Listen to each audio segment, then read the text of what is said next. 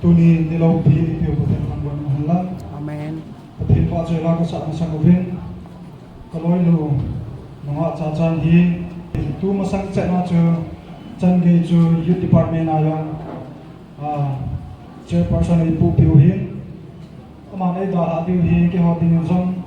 lung thom ha umin hi zong le pathen dan thenga jini the hi zen ka ki pa piu ven ji chun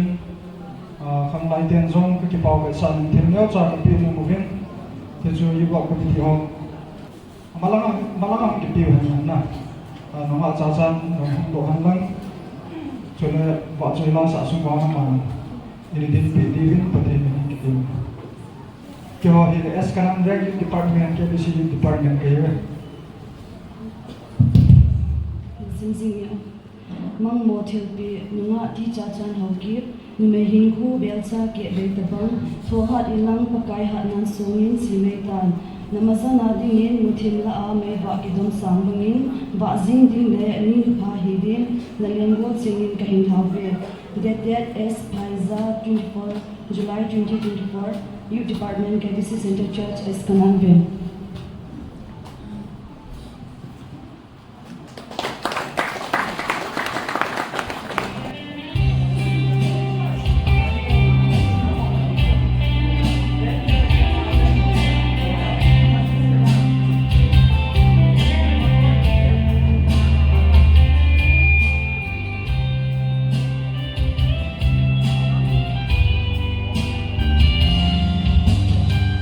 Luna usu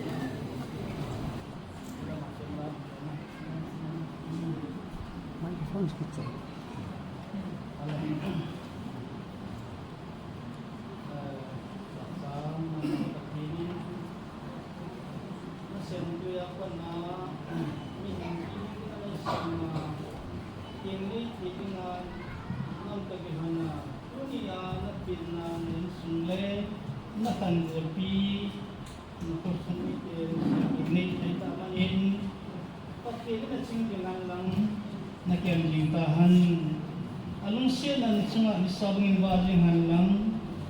alung siya na happy na nasunga ni sabang awa banga ama patebo na en na juiling dingin tuni reverend thanglet kay may pa sa pa halaw thingin bang kabunahi Amen. tunani kapathing kapathing tunin inasan o pagkay anula pa dinga do mantam dinga na hinpiso pagkay napatebo ni zal ng pangle ng tunin mipiling ahita to kihanin nasim sabangin kingay ding ahita Yesus pagkay tunin ng maapa sa halating mininte ma nagasapuin bang kabuin ahi Amen. kapusang sa minangin pagkay sangin lang kaya pa tunya hi ama dinga bang katulad dinga sinna so sinna hinlal na kaniya hinang hindi nga dam ning kay kihanos sa ni Amen. tunin pagkay lupin ng mga sangin lang nasa nung kahara nuhin na wangpo na enjoy dingin katao pinahi Amen. kaya pa dang son na pati na buin lang mihim damte na ding kung napi sa so ama dingin ng piin lang Amen. akala suboy te ding asukit sa te ding at te mante suna te ding sa tanhiyan lang mihim na ipiyang le ang kilang ding umayla ng insoyo si sa mapandalo dingin katao pinahi pagkay hiti bang suno king na itazin at sa nga hatalaw di hinakit at piding ay naipuhin sila sumit sang kakilungto nale pagkay tingalod na pidingin niyang katawin in sumnom sildo tuhi